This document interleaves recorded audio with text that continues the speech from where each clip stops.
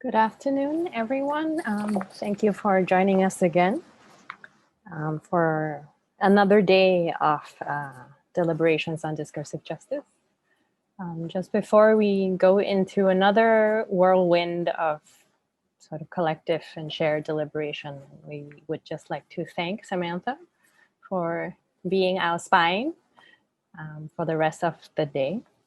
And it's really lovely to be working together. But first, again, a story. I think I'm going to become the storyteller of today. I hope you guys remember the fish, the half-fish, half-man species who no longer remember when they started losing their gills. After these half-fish, half-man creatures disappeared, people made exhibitions that other people did not see. I thought I would continue with that story. I heard that archaeologists who found the dig of the half-fish, half-man creatures were not just archaeologists, but actually also makers of the object that were being excavated.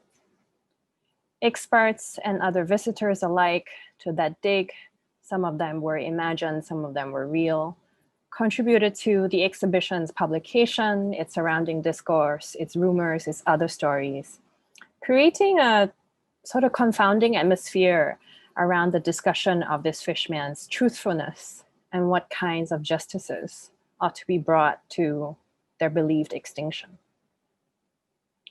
And so today, there are people who continue to consult the archives of a staged archaeological site created by a dead artist who took photographs of the things he saw. And until today, we still tell stories about the fishman anyway. I heard that the fishmen had silver fins. So they shimmer when they swim in the sea, and they refract light when they emerge and walk on land. Fish with silver fins, silver fish. Silver fish might be an archivist's nightmare. But just think about it, what a silverfish eats and how it all turns into dust. Documents, papers, stories, time. A sweet revolt led by a hungry protagonist against a hegemonic stomach. Digestion is, after all, an operative logic of the contemporary. And then a friend reminded me that the undead is that which neither gets digested nor turns to dust. The dust gets picked up by the air and moves as a cloud. They poke holes into hurricanes.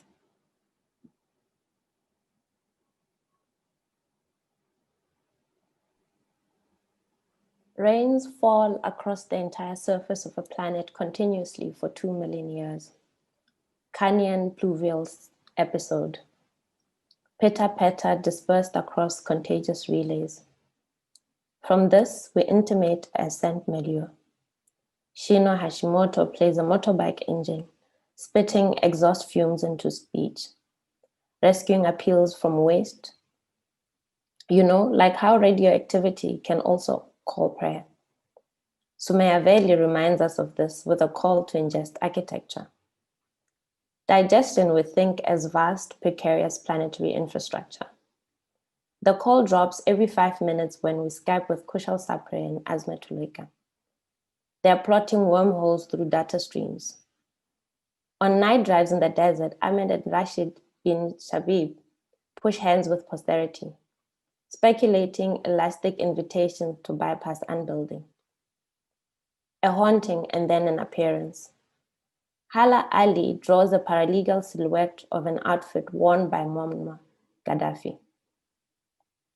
Christian Nyampeta plays a Rodrigue Karemera love song.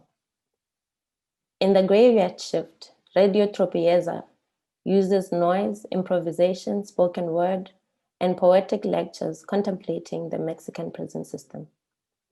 Spatially, throats and tongues are acknowledged in Dineo Seshibu Pape's spontaneously recorded song. A slug leaves a trail on concrete. In songs and shared listening with a stranger, Amir Nakbal refuses misery, renders life as abundance exceeding biological given. Organs swap bodies. The left and right eye are moved from one body to another. Abhishek Hazra gives voice to the eyeless view. There were many days in Hong Kong when it rained artificially, sometimes washing away voices unheard. Mark Chung replaced the erasure of what forms part of an illegal chant, the name of a place, an unpredictable past. On the island of Java, some people orient themselves according to where the fire mountain is, in relation to where they are. Sets built after allegedly important moments of a nation appear on film as fact.